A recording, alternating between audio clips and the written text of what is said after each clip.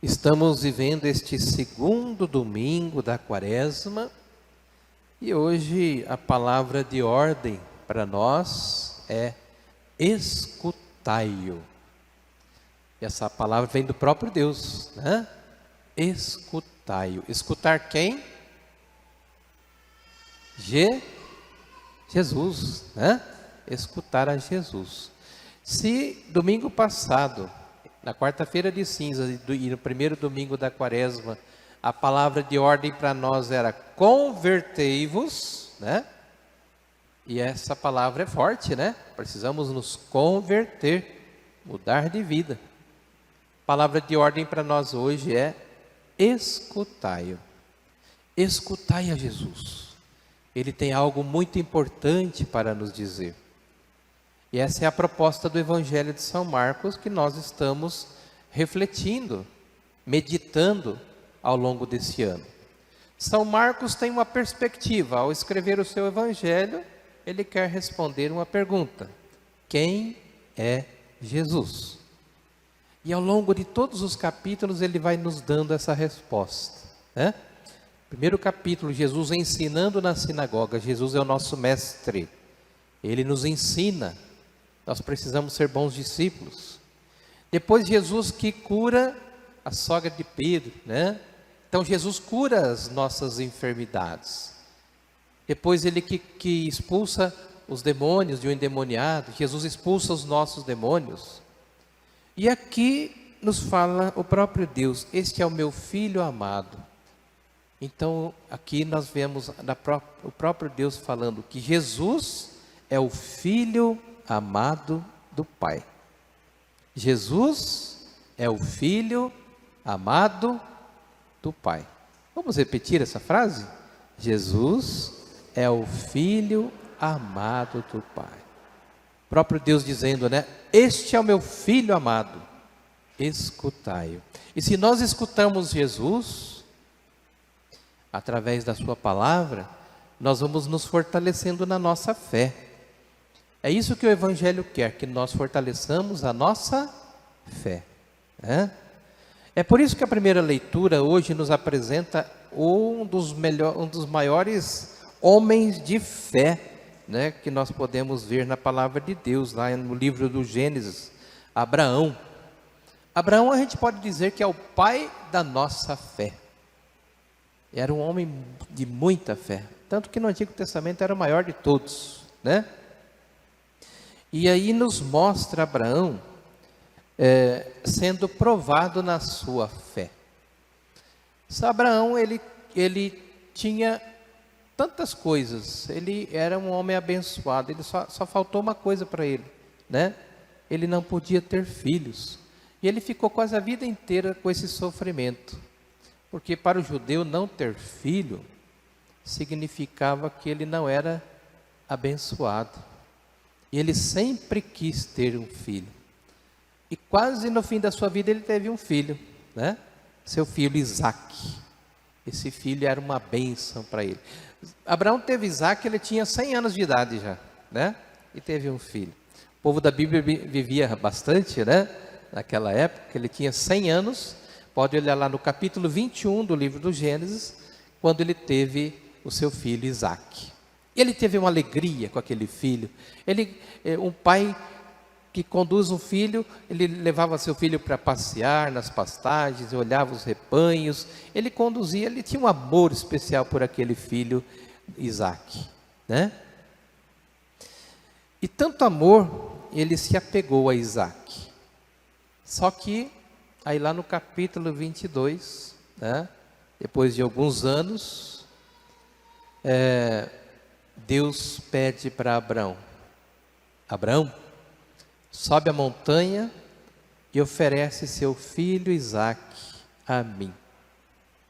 Gente, que ordem é essa de Deus? E que Deus estava pedindo para Abraão? Matar o seu próprio filho.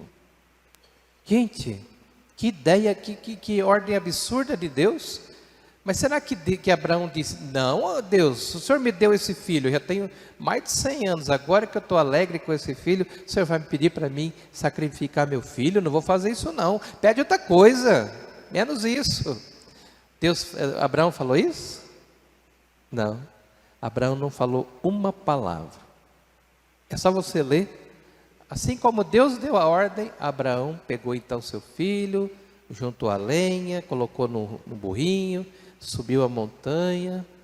Até quando eles estavam subindo a montanha, Isaac perguntou para Abraão, né, o seu pai: pai, nós estamos levando o fogo, nós estamos levando a lenha, mas cadê o cordeiro do sacrifício? Ele não sabia que seria ele, né, o sacrifício. Cadê o cordeiro do sacrifício? E Abraão disse para ele: Deus proverá. Olha que fé, gente, que fé em Deus, né? Ali, aquela montanha, ela se chama hoje Deus proverá, né? E quando sobe então a montanha, Abraão começa todos os preparativos. Ele amarra seu filho ali numa estaca, e quando ele vai pegar o punhal para oferecer o filho em holocausto, um anjo de Deus então diz: Abraão, Abraão, não estendas a sua mão para o seu filho. Que coisa linda, né? Não estendas a mão. Agora eu sei que temes a Deus, porque não recusaste teu filho único. E aí então, diz aqui a palavra de Deus, que quando Abraão então abaixou o punhal, ele viu do lado, tinha um cordeirinho amarrado ali num arbusto, né? E ele ofereceu em sacrifício. Bom, esse trecho aqui para nos mostrar então Abraão como modelo de fé para nós, né? Ou seja, colocar a nossa total confiança em Deus. Aí eu pergunto para mim e para você, né? Você pode se responder: como que está a sua confiança em Deus? Porque Deus esperou a última hora. Será que nós deixamos para a última hora até confiar em Deus? Ou a gente, eu acho que Deus não vai agir não. É melhor eu agir por conta própria, não vou muito confiar em Deus não. Muitas vezes nós somos assim, né? Abraão ensina: olha, confia em Deus, né? Outra coisa, esse sacrifício de Isaac, ele é o símbolo do sacrifício de Jesus. Isaac foi substituído por um cordeiro, né? João, quando apresentou Jesus Cristo para os seus apóstolos, diz: esse é o Cordeiro de Deus, que tira o pecado do mundo. Ou seja, Cristo é o Cordeiro agora sacrificado para a salvação do mundo. E aí São Paulo vai nos lembrar na segunda leitura na carta aos Romanos, né? Se Isaac não foi sacrificado, mas Deus não poupou o seu próprio filho. Vai dizer lá, né? Deus o entregou por todos nós, para a salvação da humanidade. Isaac foi poupado, mas Jesus não. Jesus precisou morrer para a nossa salvação. E aí então aparece esse evangelho que Jesus já antecipa a sua glória, quando ele sobe na montanha e ali ele se transfigura diante de 3 apóstolos, né? Ele sobe a montanha, e vocês percebem, né, que sempre aparece aqui a montanha, lá no antigo, quando Moisés vai à montanha, quando Abraão sobe para sacrificar Isaac, e aqui eles sobem a montanha, né?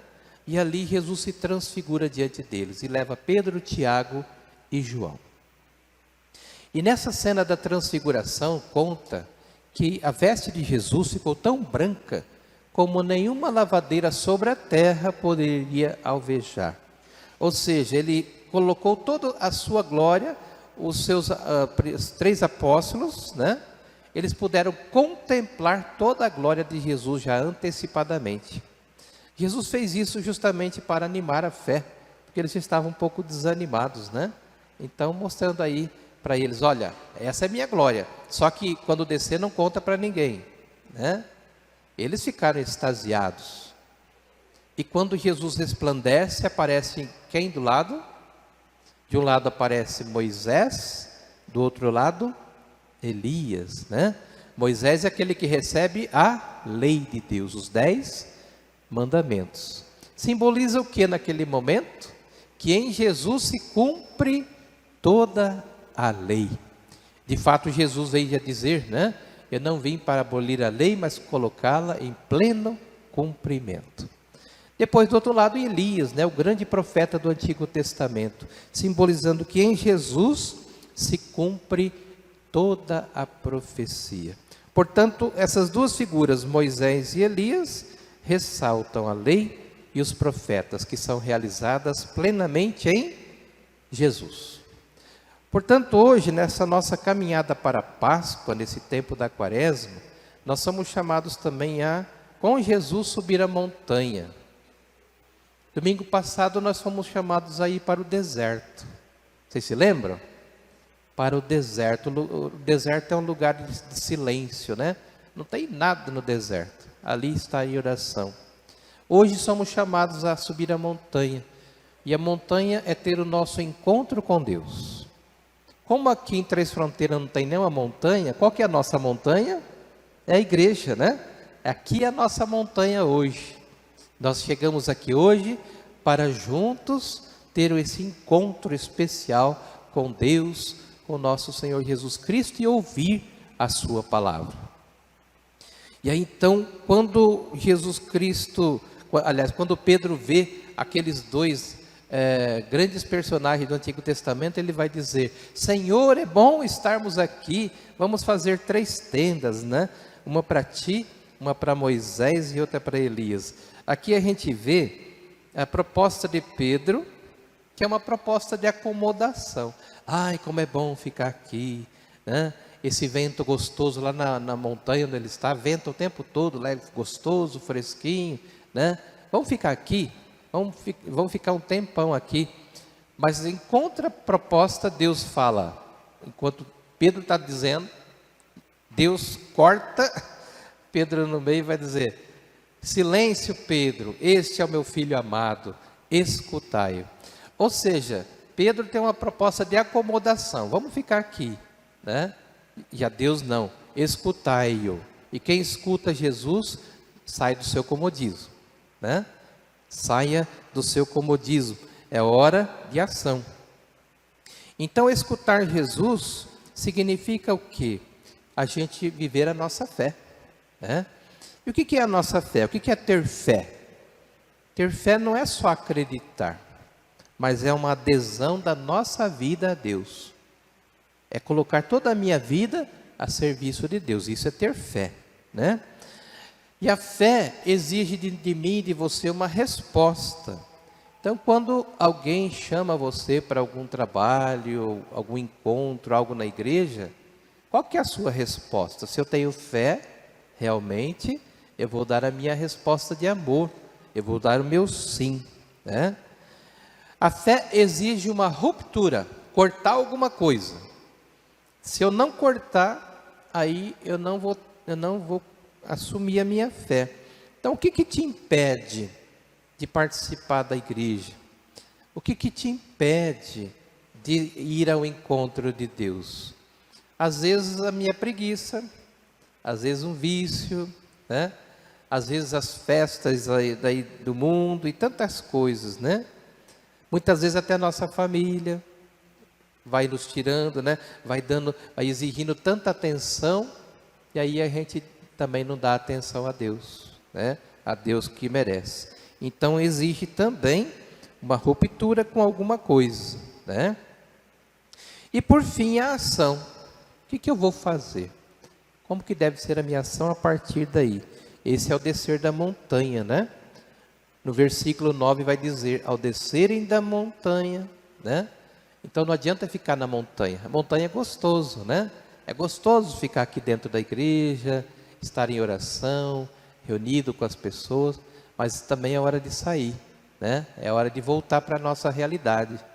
Então, descer da montanha significa eu chegar lá em casa, encontrar todos os problemas de novo, né?